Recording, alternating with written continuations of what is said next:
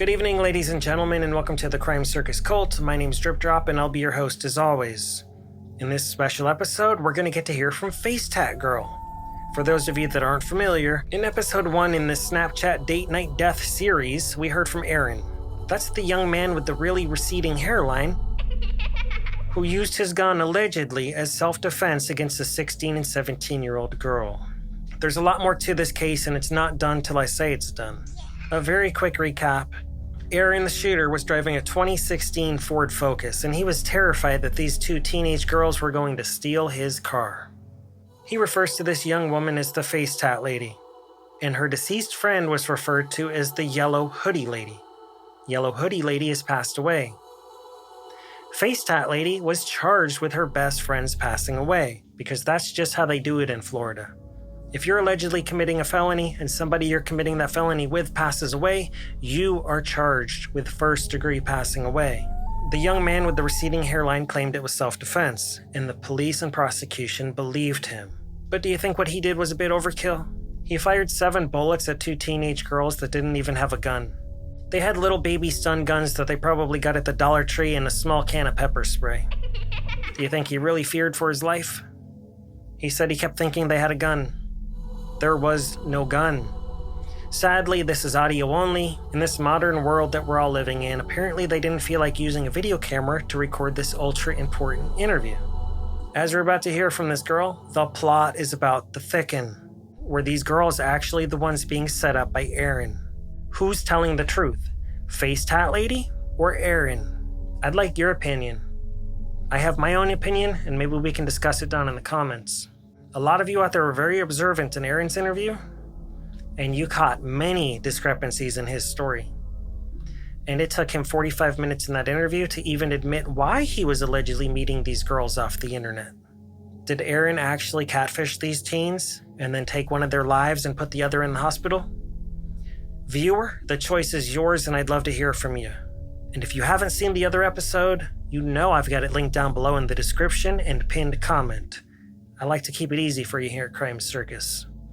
Now let's jump right into this and see what Face Tat Lady has to say for herself.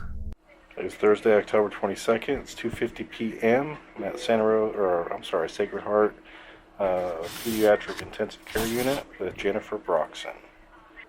All right, Jennifer, just like I kind of said, there's a whole lot of things going on and a whole lot of people to talk to. So just kind of want to hear what you had to say, what kind of your side of everything is. Is it okay if I sit there right here? You want to ask questions? Yeah, I just kind of want to hear kind of your side of the story, how you met, when did this all start. Okay. We met, me and that boy met online when he slid up on a story that I shared about Trump. Mm-hmm. I screenshotted somebody else's post about Donald Trump coming to Pensacola, and they were bashing him. And I screenshot it and reposted it and put the laughing emojis. And he slid up and was like going off and saying, like you people are a good reason to use our guns. And then after that, like a day later, a person added me and texted me, and I didn't know it was him on a fake account. And he basically just... Where were you meeting? What site were you guys using? Snapchat. Snapchat? Yes, sir. Do you know what your ID is, or your username is? My name is babygirl4life _ K. And my name is Jennifer Marie on there. Baby girl 4 life with the number 4 spelled. Number 4. And then the underscore with the letter K. Baby girl spelled the normal way. Okay. Mm-hmm. All right, I'm sorry. Keep going. It's okay. And he texted me off of a different account.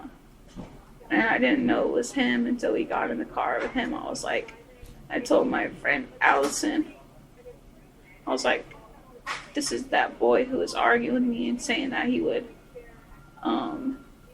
kill me because of the thing about Donald Trump. And she was like, she took it as a joke. She was like laughing about it because she's a very jokeful person. And she was laughing and she was like, it's okay if he tries anything. We know how to fight. We'll just beat him up and take his stuff. Like basically said, we'll just beat him up and just rob him. And then she started laughing and she said it as a joke. And he started freaking out.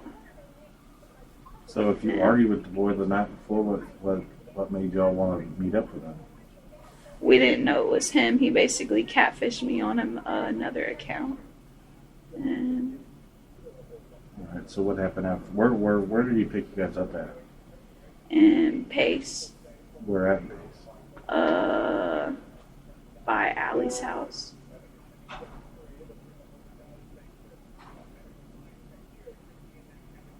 And then we went to the loading dock because he was acting all nice and acting sweet, like I didn't know it Loading was dock. him. Are you talking about like where it all happened? hmm What made you guys go over there? Because he said he couldn't go to. We were supposed to go to downtown Pensacola, supposedly, and look at the water and stuff. And he was like, "Oh, we got to make this fast. I got to go to the hospital for my toe." That's what he said. And we went down to the water, and he was just acting weird and like talking to himself under his breath. And then we got in the car. And that's when I told Allie. I whispered to her, I was like, that's the boy who was I just realized that's the boy who was arguing with me about Trump and said he would kill me. And she said it out loud, like jokingly. What'd she say? She was like, oh, it's not a problem. We know how to fight. We'll just beat him up. We'll just jump him and take his stuff. And she started laughing. And then she was like, just kidding. And that's when he like got crazy. And like he got out the car and put his hands like on his head and was spinning around in circles and saying stuff under his breath. And then he came in his car. Allie was scared, so she jumped up front and she was like, and she locked the doors. She was gonna call somebody. And then we got out and we're gonna go walking down the street because nobody would come pick us up. We didn't know he had a gun or this other thing. Like, you know, the police things, they have it, they press a button and it gets long and they like hit you with it. He had one of those. And he was beating us with it. And he was strangling Allie. And I was hitting him. Where were you hitting him with? I was hitting him with a hammer and I was tasing him. Whenever me and Allison go out with people that we don't know, we always bring our tasers and our pepper spray. And so I was tasing him and I was hitting him. And before he started strangling Allie, he was hitting me with his fists. Where'd the hammer come from? It was her dad's. She was like, bring this in case something happens because we don't have any like weapons or anything. And the tasers that we have are like weak tasers. And she was like, bring this. And I was like, okay.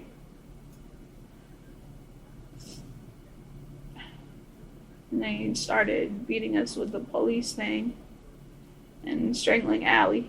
And I managed to pull the police thing out of his hand and I threw it in the water. And that's when he grabbed the gun. He was like, walk to the road. Where'd you throw it in the water at? Did you run over to the water? I ran over to the water. Whereabouts? Like, you know, if you can vision, like there's the dock and then there's kind of the gazebo area. Like, Yeah, the little open area, I threw it out there, like right in the edge of the grass on this side. Looking at it on the left side and that. Left side of the gazebo or left side of the dock? Where they load boats? Left side of the part where they put in their boat, the empty part. that's just water on the, like, looking at that from the parking lot. How far do you think you threw it? Not far, right on the edge by the grass. And when I threw that in the water, that's when I turned around and he got his gun and told us to walk to the road. And Allie was like, I need my shoes. They're in your car. And he was like, no, walk to the road. I'm finna shoot you. And she opened his car door, the back door, to grab it, her shoes, and her taser, so he could go. And he shot her through the glass in the back of his car. And it went in her chest, and she fell on the ground. And he shot her again. And then he shot me. He shot me again. And he shot at me again. And again. And then he pulled off. And he shot 2 more shots while he was driving away, but it missed us. So when he was outside of the car, when he drove off, he said he shot at you when he was when he was pulling away? Mm-hmm. He put the gun out the window and shot it again. Like just kind of in the air or just towards y'all, or could you tell? Or? Towards us, but it didn't hit us. Okay. Unless it hit Allie. I didn't see if it hit her again. And I called the police and I tried to walk to the road, but I could not make it to the road. Can you remember where he was standing when he was shooting at y'all? On the other side of the car, and we were on the other side. And then after he shot me, I fell to the ground and acted like I was dead, so he left me alone the first time I shot him. And he shot me again in my leg, and then he shot right by my head on the ground, and then he shot Allie again. Is there anything in the car that's going to belong to you guys? Maybe our taser and her shoes, and maybe the hammer, unless he threw it out and threw our stuff out. You said that you didn't know he had a gun. We didn't know.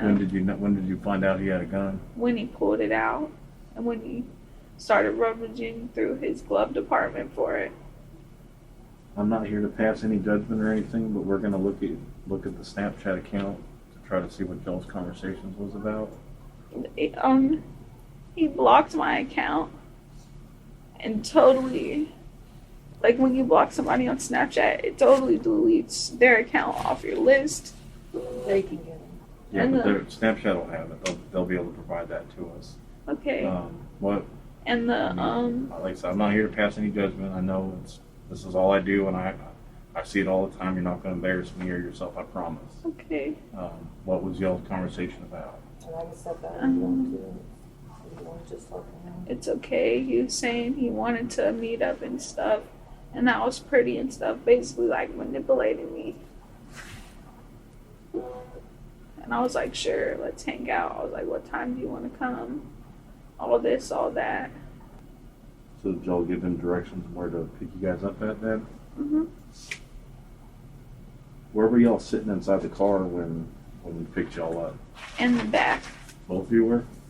because he had food in the front seat. And, Food for himself?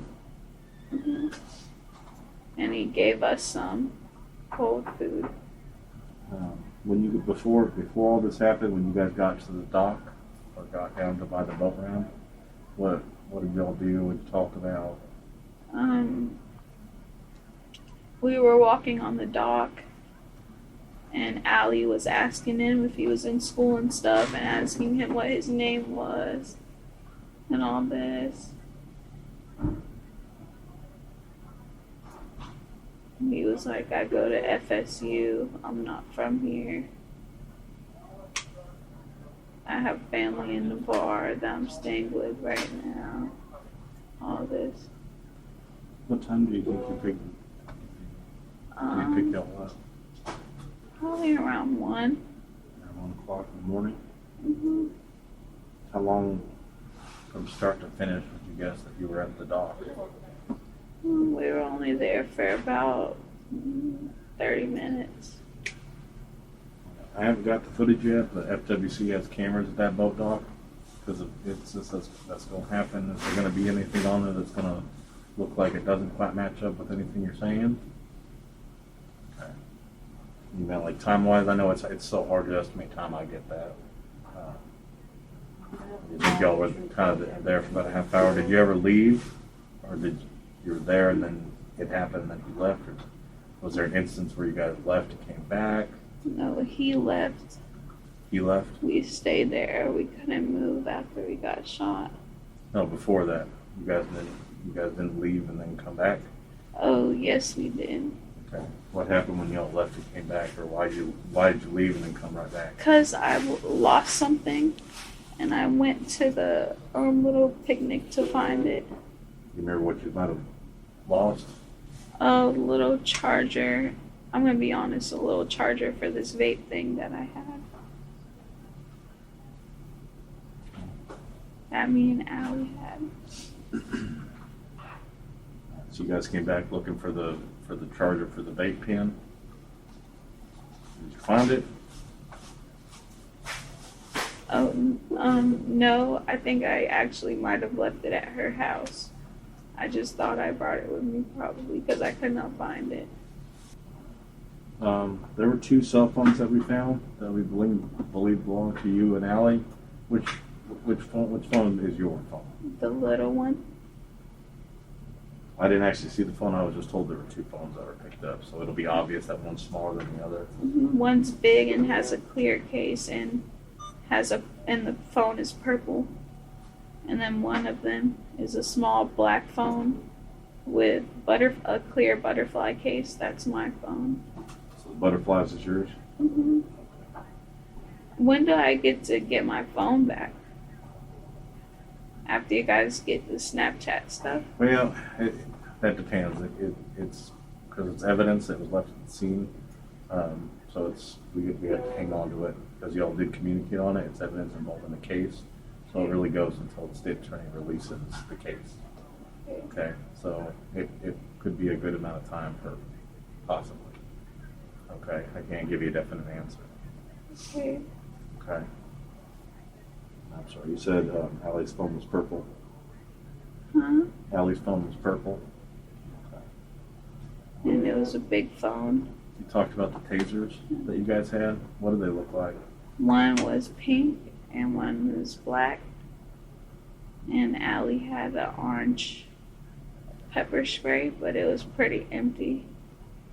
Because she had an incident with some boys and they pepper sprayed her with their own pepper spray. So it was basically all gone. What, you said there was a pink taser and a black taser? hmm Okay. The pink taser, who has the pink taser? Allie had the pink taser and I had the black one. We traded. Black was hers, but we traded. Is there any reason that Allie would still have the black taser still when she left? Like in her pocket or anything? No, he had it. Boy grabbed it because I dropped it. No, but Allie had it when she made it all the way to the hospital with it. With the black one? With the black one. Oh, maybe he grabbed the pink one. Oh.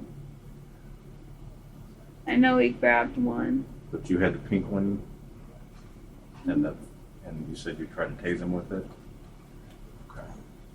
Where do you think you hit him with the hammer? On his back. But I could not swing hard at all because I was weak, so I just threw it down and tried to tase him. Because I was weak.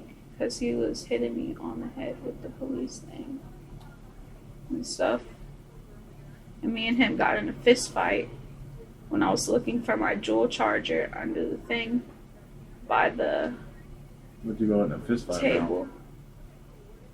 Because of the stuff that was happening, and I said it, like I was laughing at the post about Trump, and I was like, yeah, I'm sorry about that, but that was funny to me.